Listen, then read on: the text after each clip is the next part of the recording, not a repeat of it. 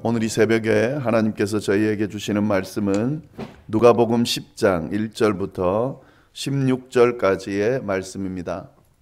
누가복음 10장 1절부터 16절까지의 말씀입니다. 하나님의 말씀을 우리 함께 교독하겠습니다.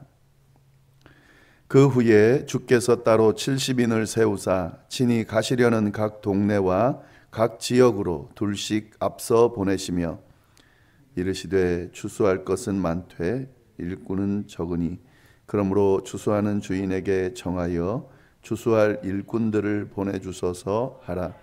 갈지어다 내가 너희를 보냄이 어린 양을 이리 가운데로 보냄과 같도다. 배낭이나 신발을 가지지 말며 길에서 아무에게도 문안하지 말며 어느 집에 들어가든지 먼저 말하되 이 집이 평안할지어다 하라. 만일 평안을 받을 사람이 거기 있으면 너희의 평안이 그에게 머물 것이요 그렇지 않으면 너희에게로 돌아오리라. 그 집에 유하며 주는 것을 먹고 마시라. 일꾼이 그 싹을 받는 것이 마땅하니라. 이 집에서 저 집으로 옮기지 말라.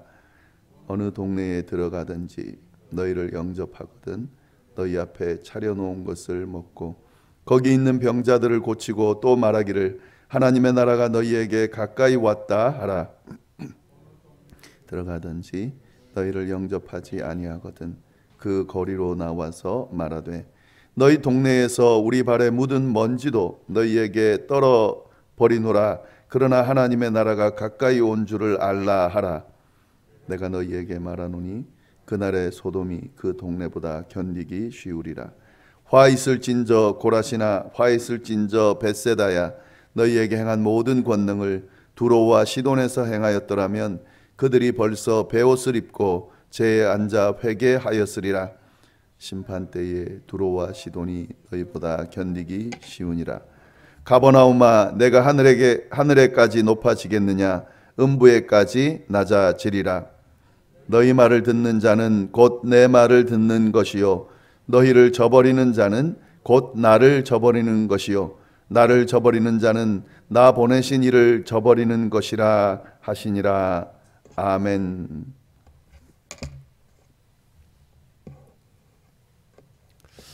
네, 저희가 어제 본문부터 예수님께서 십자가 사역을 감당하기 위해서 예루살렘으로 걸어가시는 여정에 대해서 이제 나누기 시작했습니다.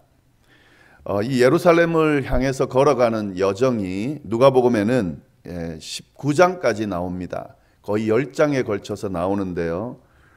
그 여정 가운데 예수님이 십자가를 지시기 위해 예루살렘으로 걸어가는 그 여정 가운데 어떤 일이 일어났는지 그에 대해서 잘 소개를 하고 있습니다. 그걸 감안하고 말씀을 함께 나누면 좋을 것 같습니다. 오늘 본문을 보면은 예수님께서 70명의 제자들을 파송하는 그런 내용이 나옵니다. 1절 말씀 보시면 그 후에 주께서 따로 70인을 세우사 친히 가시려는 각 동네와 각 지역으로 둘씩 앞서 보내시며 이렇게 되어 있습니다. 예수님께서는 따로 70명의 제자들을 세우시고 각 동네 지역으로 그들을 보냈습니다. 근데 여기 보시면 친히 가시려는 이 내용이 나옵니다. 그러니까 예수님께서 가시고자 하는 그곳으로 제자들을 먼저 보냈다 하는 거죠. 먼저 보낸 이유는 뭘까요? 마치 세례요한처럼 예수님이 가시기 전에 예비하기 위해서 먼저 보냈을 것입니다. 그런데 여기서 우리가 봐야 될 것은요, 70명의 제자들을 보냈다. 이 둘씩 짝지어 보냈기 때문에 35개의 지역으로 그렇게 보냈다라는 의미가 되는데요. 예수님께서 예루살렘으로 걸어가시는 여정 가운데 35개의 지역으로 그렇게 다 다니셨을까? 그렇지는 않을 겁니다. 여기는 표현을 그렇게 했지만 예수님이 모든 지역을 다 다니시지는 않았을 겁니다. 그런데 왜 이렇게 표현했냐면 제자들의 방문이 곧 예수님의 방문과 같았기 때문에 같은 능력을 행하고 같은 복음을 전했기 때문에 이렇게 표현하는 것으로 보입니다. 16절에 그 내용이 나오죠. 너희 말을 듣는 자는 곧 내 말을 듣는 것이요 너희를 저버리는 자는 곧 나를 저버리는 것이요 나를 저버리는 자는 나 보내신 이를 저버리는 것이니라 하시니라. 그러니까 예수님의 제자들이 파송될 때에 어느 정도의 의미와 권한을 가지는지를 잘 표현해 주고 있습니다. 예수님께서 이런 의미를 부여하시면서 70명의 제자들을 보내셨다 하는 거죠. 어떤 내용을 전했을까? 당연하겠죠. 예수님의 구원 사역과 그리고 하나님의 나라 복음에 대한 것들을 제자들이 나눴겠죠. 이건 예수님께서 지금 베드로의 신앙 고백 이후에 십자가 사명을 감당하기 시작하시면서 이야기하시는 내용입니다. 하나님의 나라 복음, 그 복음을 위해서 예수님께서 십자가의 고난을 받으실 것과 죽어서 장사 지낼 것이고 사흘 만에 살아날 것이라고 하는 예고의 말씀을 해주셨는데 그 내용들을 아마 제자들도 전했지 않았을까 싶습니다. 70명의 제자들 파송되는 내용은 이 9장에 나오는 12명의 사도들을 보내는 내용과 유사합니다.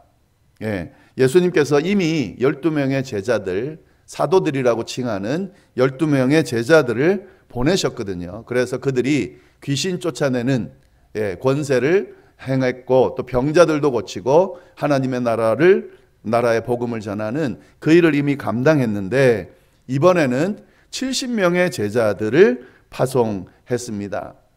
같은 의미, 같은 분위기인데요. 그런데 이 70명의 제자들을 보낼 때는 12명의 사도들을 보낼 때와는 분위기가 조금 달라요. 어떻게 다르냐면 좀 더 시급한 상황이었다. 좀 더 급한 상황이었다 하는 거죠.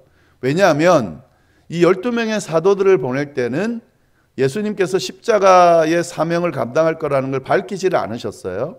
그런데 이 70명의 제자들을 파송할 때는 밝히신 이유인 거죠. 이제 예수님이 곧 십자가의 사명을 감당할 거라는 것과 그 시간이 지금 얼마 남지 않은 상황에서 70명의 제자들을 보냈다 하는 거죠. 왜냐하면 이 예수님께서 전하고자 하는 복음을 전해야 될 장소가 너무 많은데 시간은 지금 임박하거든요.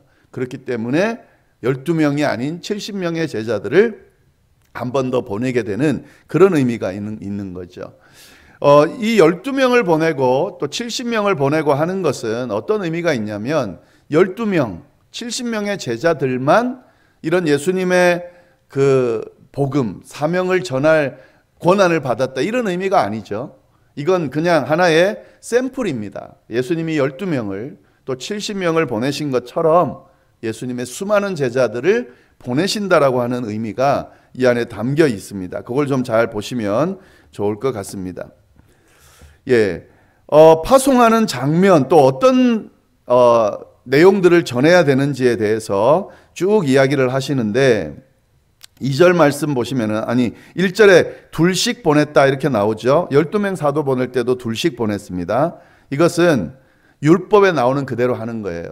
2명씩 2명 이상을 보내야 되는 이유 증인으로 세우기 위해서 그렇게 했습니다. 그래서 2명씩 짝지어서 보냈는데 예수님이 이렇게 이야기를 하십니다. 그들을 보내면서 이르시되 추수할 것이 많되 일꾼은 적으니 그러므로 추수하는 주인에게 청하여 추수할 일꾼들을 보내주소서 하라. 그러니까 지금 이 하나님의 나라 복음을 전해야 되는 것은 너무 많은 거죠. 그러나 이 전할 사람이 지금 적다는 거죠. 일꾼이 적다는 거죠. 지금 이 이야기를 하는 겁니다. 그러면서 갈지어다 그러면서 보내는 거예요. 내가 너희를 보냄이 어린 양을 이리 가운데로 보냄과 같도다. 예수님이 70명의 제자들을 보내면서 마치 이리 가운데 어린 양을 보내는 것 같은 그런 마음이 든다라고 지금 말씀을 하셨습니다. 그런데 이 말씀 안에는 이런 의미가 있는 거죠. 너희가 지금 이리때 가운데로 가는 그런 느낌이 든다. 지금 그런 상황이죠. 이 제자들은 정말 연약한 자들이에요. 아직까지 잘 모르는 것이 많은 무지한 자들입니다. 그런데 이 하나님의 나라의 복음을 전하는 사명을 가지고 병든 자도 고쳐야 되고 귀신도 쫓아내는 그런 사명을 감당해야 되는데, 이것이 이 세상, 이리때와 같은 이 세상 가운데서 이것들을 감당할 수 있을까 하는 그런 생각이 드는 거죠. 그러나 예수님이 보냅니다. 어린 양과 같은 그들을 이리때 가운데로 보냅니다. 그 의미는 뭐냐면 너희 힘으로, 너희의 능력으로 감당할 수 없다는 이야기를 하심과 동시에 이 일들은 오직 내가 주는 능력과 권세로만 가능하다라고 하는 그런 의미의 이야기를 지금 해주고 계시는 거죠.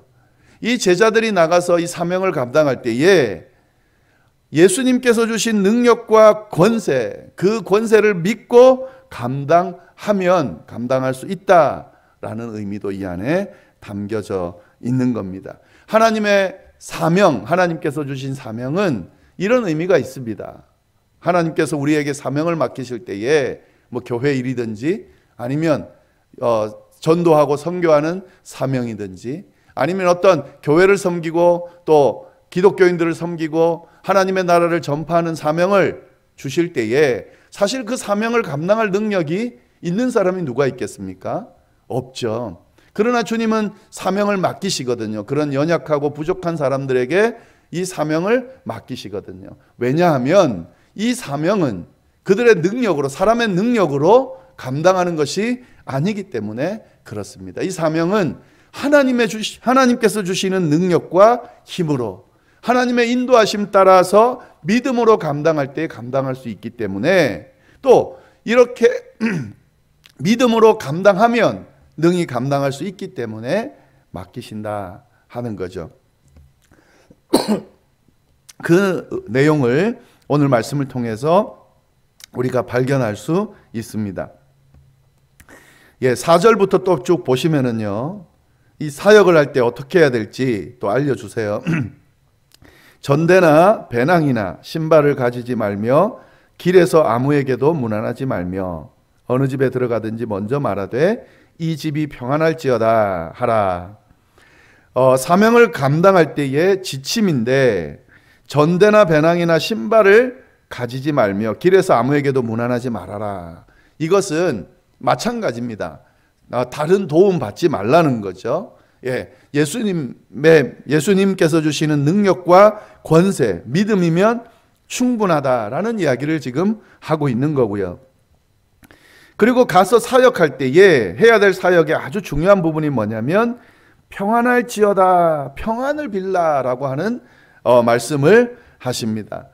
이 기독교인들, 특히 하나님께서 맡겨주신 사명을 감당하는 사람들에게 주어진 아주 귀한 사역은 뭐냐면 평안을 비는 거예요. 평안을 주는 거예요. 주님이 주시는 평안, 하나님으로부터 주어지는 평안을 비는 것이 아주 중요한 사역입니다. 이 목회자인 저에게 성도들을 섬기고 또 돌보는 사명, 이 사명 중에 복음을 전하고 하나님의 말씀을 가르치고 하는 것도 아주 중요하지만 성도들의 평안을 비는 것, 성도들의 평안을 하나님께서 주시는 평안, 그 주님으로부터 오는 평안을 빌고 그들에게 하나님이 주시는 평안을 얻게 하는 것도 아주 중요한 사명입니다. 아마도 성도들이 목사에게 기대하는 것들은 그것이 아닌가 싶어요. 지금 이 세상 사는 것이 쉽지가 않잖아요. 세상 살면서 주어지는 이 삶의 고단한 어떤 여러 가지들로 인해서 지치고 힘든 그들에게 하나님이 주신 평안을 목사를 통해서 얻고자 하는 마음이 분명히 있을 겁니다. 기도하는 내용들을 보면 많은 부분이 그런 내용들이에요. 이 힘들고 어려운 문제들을 해결해 달라고 기도하는 그 기도 요청이 결국 그거잖아요. 평안하게 좀 해달라고. 지금 이 이야기를 하는 거죠. 너희가 가서 복음을 전할 때에, 제자로서의 사명을 감당할 때에 가거든 평안을 빌어라 라고 분명히 이야기하고 있습니다. 그런데 만약에 이 평안을 받는 사람이 거기 있으면 너희의 평안이 그에 머물 것이다. 이렇게 평안을 빌 때에 그 평안을 받아들일 준비가 되고 받아들일 믿음이 있고 또 받아들일 마음이 있다면 하나님의 평안이 거기에 임할 거라는 거죠. 그러나 만약에 받아들이지 않는다면 예. 그러면 어떻게 되는가? 그 평안이 평안을 전하는 사람에게로 돌아올 것이라는 거죠. 그러니까 받아들이든지 받아들이지 않든지, 받아들일 준비가 됐든지 그렇지 않든지 어디든 가서 평안을 비는 것이 중요하다 하는 거죠. 예, 여기서 제가 이 말씀 묵상하면서 한 가지 좀 큰 깨달음을 얻게 되는데요.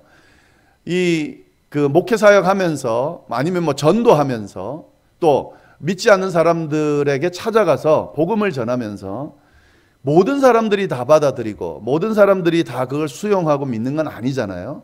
때로는 받아들이지 않을 뿐만 아니라 찾아간 사람이 민망하게 만드는 경우도 있습니다. 아예 막 싫다고 쫓아내기도 하고 뭐 그런 걸 전하냐고 핀잔을 주기도 하고 그 자체를 가치 없게 생각하고 무시하는 경우도 많이 있습니다.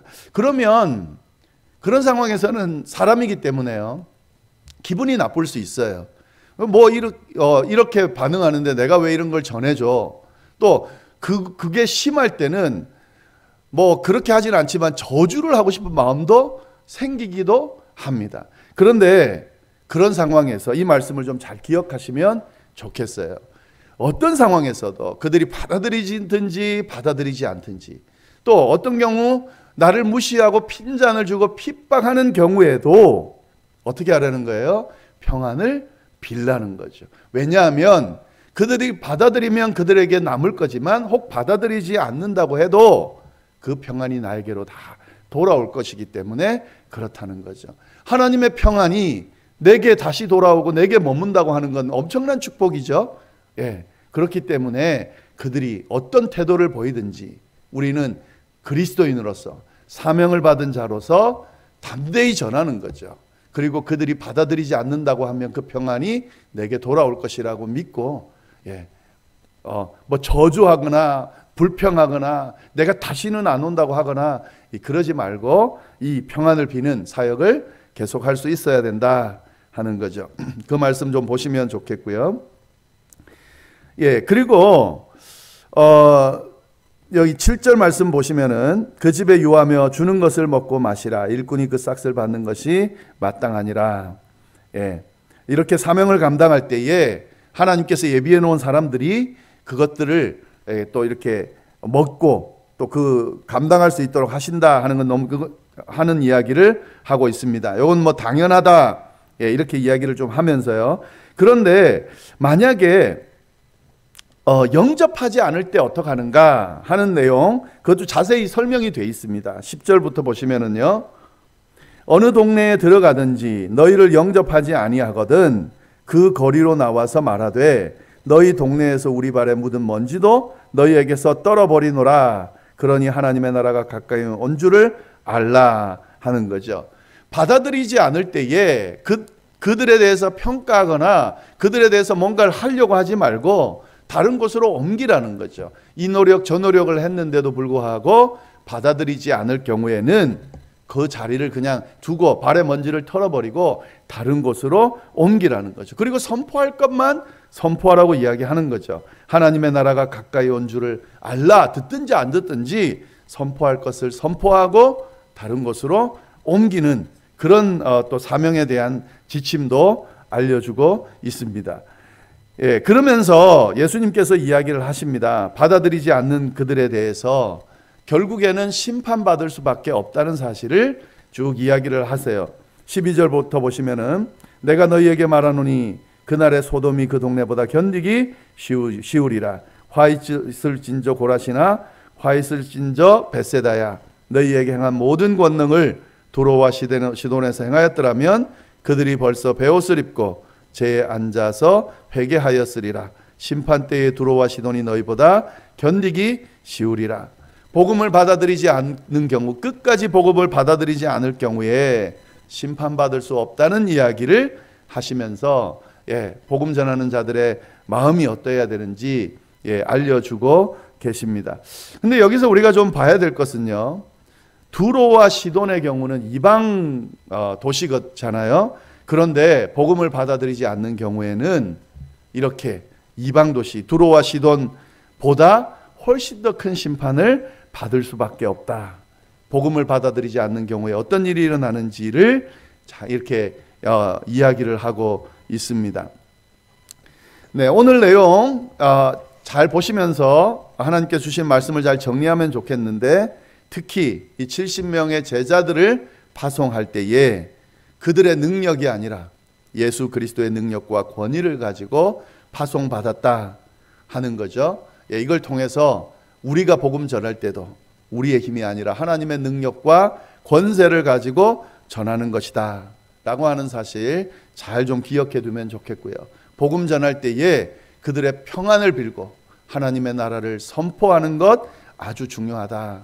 그들이 받아들이지 않을 경우에 하나님이 심판하실 겁니다. 우리는 복음을, 평안을 빌 그 사명을 다 감당하는 거죠. 그들이 어떻게 반응하든지 우리가 전할 도리를 전하고, 그래도 끝까지 받아들이지 않으면 하나님께서 심판하실 거기 때문에 우리는 또 다른 지역으로 옮겨서 그곳에서 우리의 사명을 감당할 수 있다 하는 거 좀 잘 기억하시면 좋겠습니다. 기도하겠습니다.